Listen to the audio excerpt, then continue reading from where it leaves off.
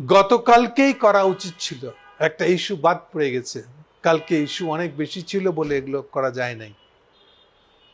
ইস্যুটা হলো গোবিন্দ পরামানিক আবার এসে হাজির।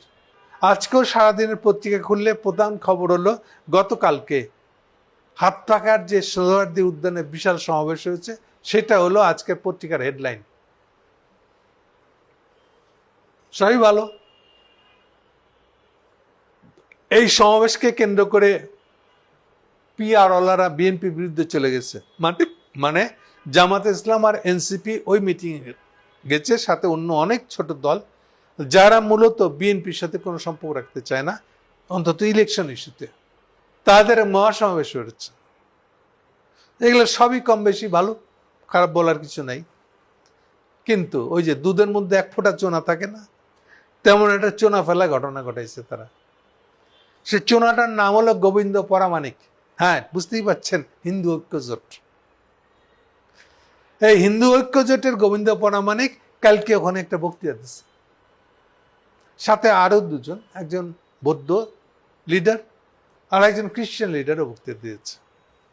কিন্তু তারা ওই রানা দাশগুপ্তর গ্রুপ হিসেবে যায় না, বৌদ্ধ খ্রিস্টান ঐক্য পরিষদ নাম দিয়ে যায় না, ওটা না এরা, নাম দিয়ে যায় না, ওটা না এরা।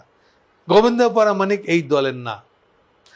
আগে বলেছে, আবার মনে করাই দিই আপনাদেরকে, গোবিন্দ পরামানিক হলো সরাসরি আরএসএস এর ভাইস প্রেসিডেন্ট, বাংলাদেশের ইনচার্জ। এটা নিশ্চিত থাকতে পারেন, উনি নিজেই নিজের পরিচয়ের কথা আমাদেরকে জানিয়েছেন এর আগে বহুবার। বাদ ছিল খালি সর্বশেষ আমাদের এই ইউনূস সরকার, এই হাসিনা সরকার পতনের আগে আগে তাদের মধ্যে একটা বিভাজন হয়। কাদের মধ্যে? আরএসএস আর বিজেপির মধ্যে যে বিভাজনটা হয়, এই বিভাজনে রানা দাশগুপ্ত প্রধান ব্যক্তিত্ব হয়ে যায়। রানা দাশগুপ্ত তো ছিল আসলে বিজেপির, সে আরো বেশি করে মোদির কাছাকাছি লোক হয়ে যায় এবং সে বিক্রমে বাংলাদেশের পুরা মাতবর হয়ে যায়। আর ততোধিক আমাদের গোবিন্দ পরামানিক পিছনে পড়ে যায়। এমনই পিছনে পড়ে যায়, মোদি যখন বলতেছে হাসিনা পড়ে যাওয়ার পরে বাংলাদেশে হিন্দু মারে নাকি শেষ করে হেলানো হইতেছে, হিন্দু নির্যাতন হচ্ছে, হিন্দু নারীরা সিঁদুর দিয়ে রাস্তায় বেরোতে পারে না, এই ধরনের যত ধরনের গালগপ্প আছে সব ছাড়তেছে মোদি সাহেব। আর গোবিন্দ পরামানিক বলছে সব ভুয়া, সব মিথ্যা। মজা না? হেব্বি মজা। গোবিন্দ পরামানিক এই কথা বলতেছিল কেন? কারণ ওই যুগটাই ছিল আসলে বিজেপির সাথে আরএসএস এর ক্যাচাল। গোবিন্দ পরামানিক আরএসএস এর লোক, সে মোদির কাছে পাত্তা পায় না। এই জন্য সে মোদির ক্লেম যে বাংলাদেশে হিন্দু নির্যাতন হচ্ছে, ওই যে যেখান থেকে আমাদের ইসকন পার্টিটা আগায় আসলো, ওই সময় ইসকনের বিরুদ্ধে তাবৎ সময়টা বক্তব্য দিয়ে গেছে এই গোবিন্দ পরামানিক। তাহলে তো গোবিন্দ পরামানিক খুব বালা। বাংলাদেশের ইসলামী দলগুলোর চেয়ে বোকা আর কেউ হয় না এইসব প্রশ্নে। আগে হয়েছে, এখন হচ্ছে, এরা গোবিন্দ পরামানিককে কুড়াই নিতে যাচ্ছে। জামাতে এরা কে করছে আপনাদেরকে মনে করাই দিই, এরা এত বোকার বোকা যে এই গোবিন্দ পরামানিককে কি করবে, কোথায় রাখবে, মাথার মুকুট করে রাখবে কিনা হিসেব খুঁজে পায় না। দুর্ভাগ্যবশত বোধ বিএনপি এবং জামাত ইউনূস সরকারের 4-5 মাসের মধ্যে এই হিন্দু ঐক্য জোটের নেতা গোবিন্দ পরামানিকের দলের একটা দাবি ছিল, 60টা আসন নাকি হিন্দুদেরকে দিয়ে দিতে হবে। এই দুইটা পার্টি, খোদ তারেক জিয়া এবং জামাতে ইসলাম, তারা দুজনেই রাজি। তাদেরকে প্রমাণ করতে হবে ইন্ডিয়ার কাছে তারা কত উদার হিন্দুদের প্রতি। ইন্ডিয়া খুব খুশি হবে এইটা করে দিতে পারলে। এই ভেবে তারা গোবিন্দ পরামানিককে মাথায় মুকুট বানায় নিয়েছিল। ওটা কেউ জানে না যে হিন্দুত্ববাদ কখনো ভালো হয় না, টেরও পায় নাই। এই রুমিন ফারহানকে দিয়ে বিএনপি যেদিন বলাই দিল, তারা সাইটেশন দিতে রাজি। আগে লোহাগড়ার ওই যে বিএনপির শাহজাহান চৌধুরী, তাকে দিয়েও জামাত ইসলাম বলে রাখছিল। তার সঙ্গে যে কত গলাগলি করা ইসকনের ছবি দেখবেন আপনি, তার ঠিক নেই।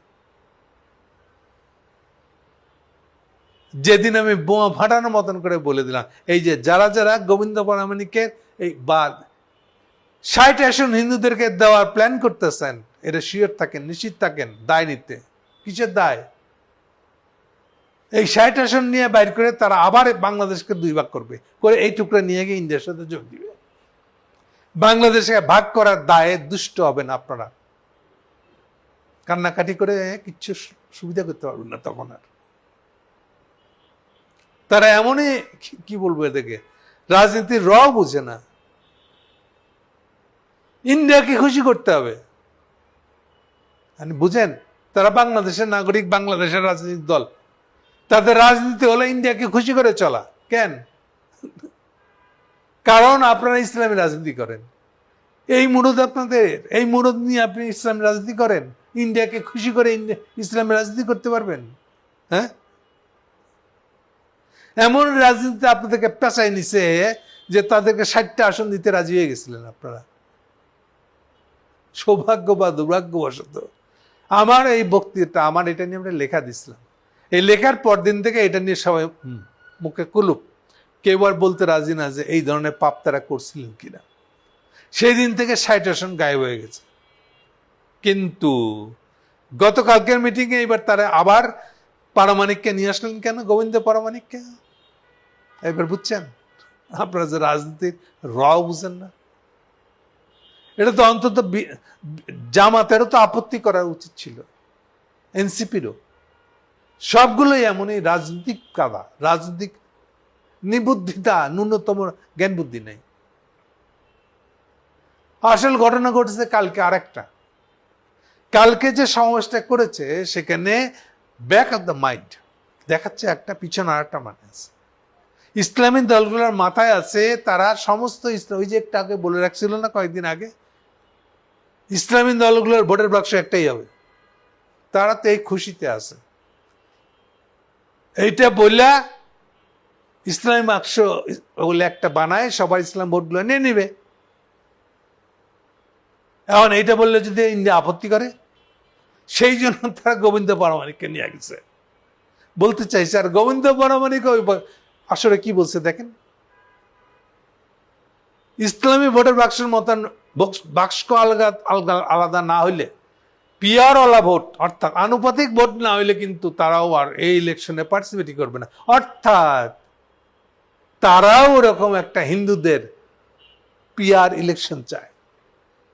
অর্থাৎ ওই যে 60 আসন ফিরত আসতেছে, বাংলাদেশের সমস্ত হিন্দুরা যদি একটা বাক্সে ভোট দেয়, হিন্দুরা হিন্দুকে ভোট দেয়, তাহলে কি হইলো? ওইটাই আমি বলেছিলাম, কি 1932 সালের যে ইলেকশনটা হয়েছিল, মানে ইলেকশন হয় না, ইলেকশন হচ্ছিল 37-এ, 32-এ আইনটা পাশ হয়েছিল। আইনটা পাশ হয়েছিল না, সেটেল হয়েছিল। আইনটা একসাথে পাশ হয়েছিল 1935 সালে, যেটাকে 1935 সালের ভারত শাসন আইন বলা হয়। অনেকে জানেই না 37 সালে ইলেকশনটা হয়েছিল হিন্দুরা হিন্দুকে ভোট দিবে, মুসলমানরা মুসলমানকে ভোট দিবে, এই ভিত্তিতে। কিন্তু যারা খুব খুশিতে বগল বাজাইতেছে সমস্ত মুসলমানদের ভোট না, এই ভাষায় বলছেন না, সমস্ত ইসলামী দলের ভোট এক বাক্সে যাবে, এটা বলে খুব তৃপ্তি পাইতেছেন ঠিকই।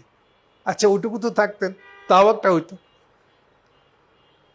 আপনারা এমনই কাঁচা খোলা, আপনাদের কাঁচা খুলে গেছে, ন্যাংটা হয়ে গেছেন, খবরই নেই। আপনারা ওই সুযোগে গোবিন্দ পারমাণিককে ডেকে নিয়ে বলতেছেন আপনারা আপনাদের মতন মুসলমান হিন্দু ভোট এক জায়গায় করেন। এবার বুঝছেন কি করছেন আপনারা? আপনারা ওই আবার 60 আসনের এক জায়গায় নিয়ে এসেছেন, ওই আবার বাংলাদেশকে ভাট করার কাণ্ড কিন্তু কালকে করে ফেলছেন।